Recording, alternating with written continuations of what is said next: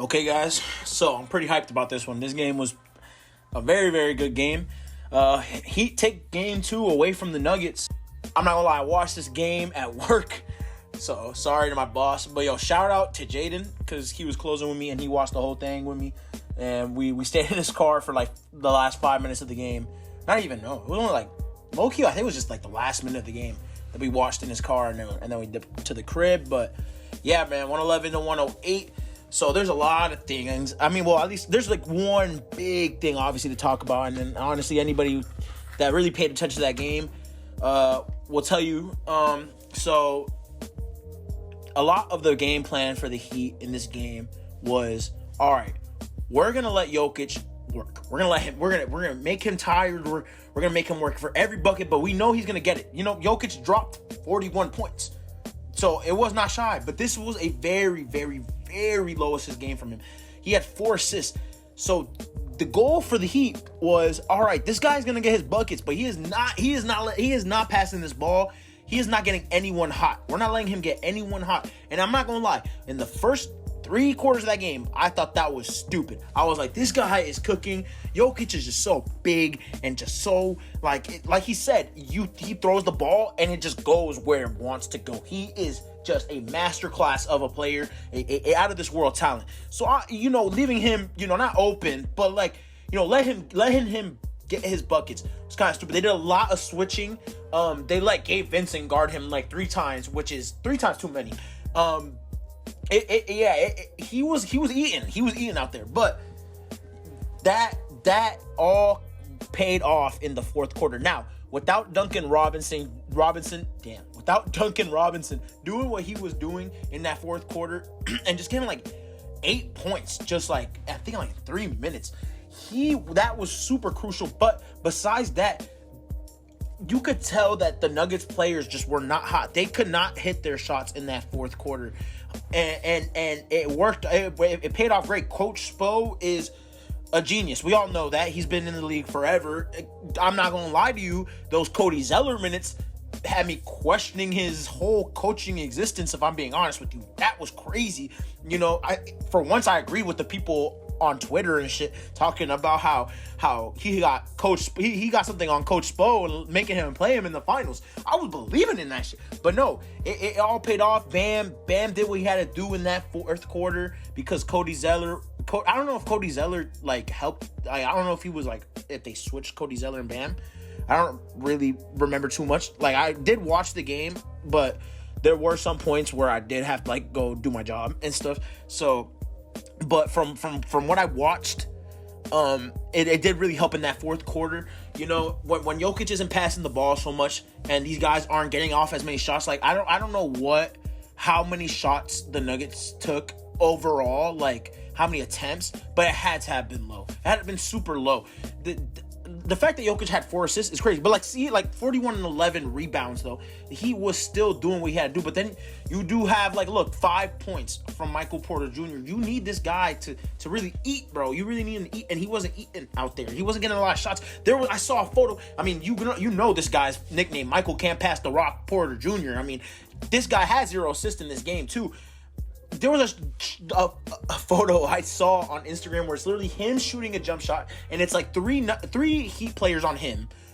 I think Gabe Vincent was on the floor and on the sideline, and another I think it's Max Strus. I don't remember. Someone is off in the distance, and then you got Jokic, Murray, and Aaron Gordon all open in the paint, and then you have Caldwell Pope wide open on the wing, and he takes the shot.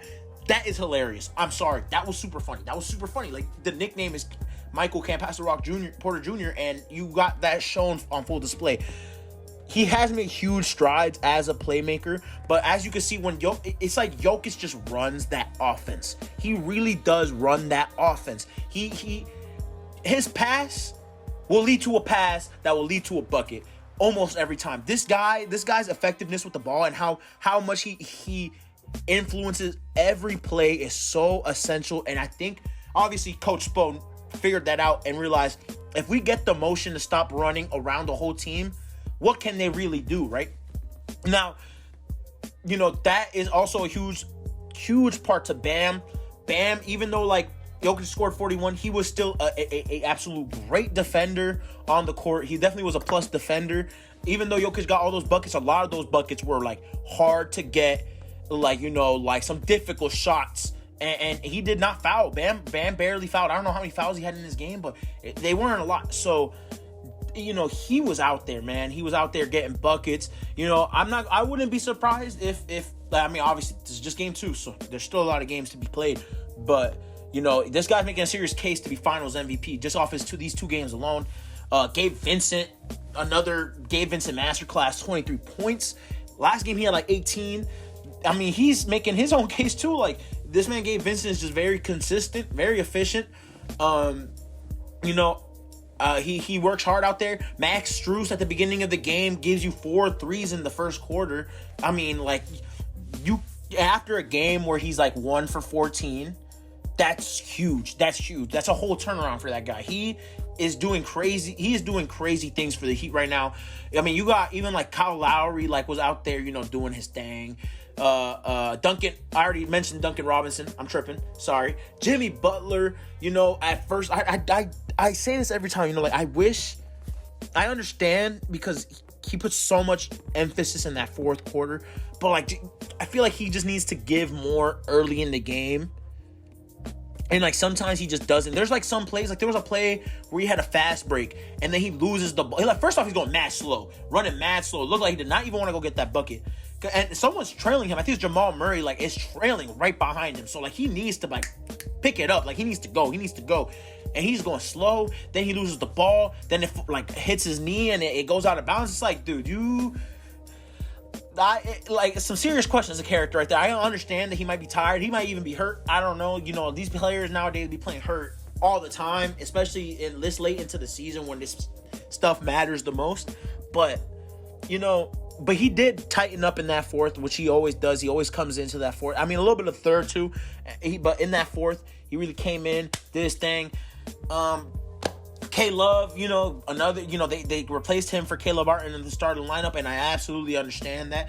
Even though Kevin Love may not get you as many points as Caleb Martin out there, even though Caleb Martin might have played him like around the same amount of minutes, and he scored like 3 points. So, like, honestly, maybe that was like the best decision because Caleb Love had like 6 and he had like 10 boards. It's just another body out there. It's another body. That Nuggets team is big. That Nuggets team is really, really, really big. This is an 8-minute video already. This might be my longest video yet. It's okay, though. I have a lot to say. You know, this was a very good game for K-Love. He was playing great defense out there. He was just another body, man. Like, they need that. There was a one play where I think it was like Murray to Jokic in the paint off a pick and roll, and then Aaron Gordon just comes cutting. And I forget who. I think Cody Zeller is on Jokic, and I think Max Strus was. I don't remember who was the help defender, but they were helping off the Aaron Gordon cut, and Aaron Gordon goes in and he like, it looks like he's about to dunk it, do a reverse dunk, but no, he just lays it up. But like instances like that show why K-Love was so essential in this game. Like, him being there, even though, like, yes, you see, if you put me on the court and I see Cody Zeller on a one-on-one defensive situation with Jokic, I'm going to help. That guy does not got that. I need to be there somewhere. I need to be around there. Aaron Gordon's gonna get that every time. And with a guy like K-Love, that becomes more preventable. He's a bigger guy, bigger, long reach, you know, he handles that situation better. So, you know, going forward, I love that this happened because this makes the series so much more interesting. It is just now, like, you know, everybody was talking about, I mean, from what I've seen, because apparently, like, no one said Nuggets in 4, but I definitely saw that somewhere 100 times. But I didn't think that, right? I thought the Nuggets are, I still do think the Nuggets are going to win this series, but now this definitely puts like a good emphasis on this game, on this whole series, about who really, you know, like, well, how this will really go, because this is a game away from the Nuggets at home. I thought they were going to win both these games, and now the Heat have taken one, so you really don't know what to expect. I love the parity in the league right now. I think this is like one of the best seasons I've had as a basketball fan, and I've been watching the NBA like consistently probably since like 2017. Nah, I'm dragging it. 2018. Like, yeah, 2018 chip from on. That season, sorry, from on. I've been watching basketball pretty consistently, and I was in that era where it was, you know, I still like knew about the NBA. It was Golden State for a minute, and then the Cavs and Golden State. They were always in the finals. They were always in the finals. I literally started watching basketball in that time, and it's just like I was so tired of seeing the same two teams in the finals.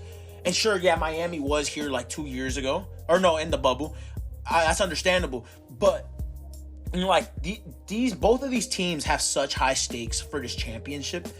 It makes it such a marvel to watch. I'm honestly so happy as an NBA fan to see Jimmy Butler and Jokic be the two stars, and on the Heat, Jimmy Butler's the star, but like that whole squad goes to work. It is a team effort. They are a good team. So are the Nuggets. But you know, Spo, he got that Excalibur brain, man. He knows what's going on. I like to see how Mike Malone and Jokic partake and try to figure out how to stop it. I wonder how Spo is going to try to get one step ahead of that.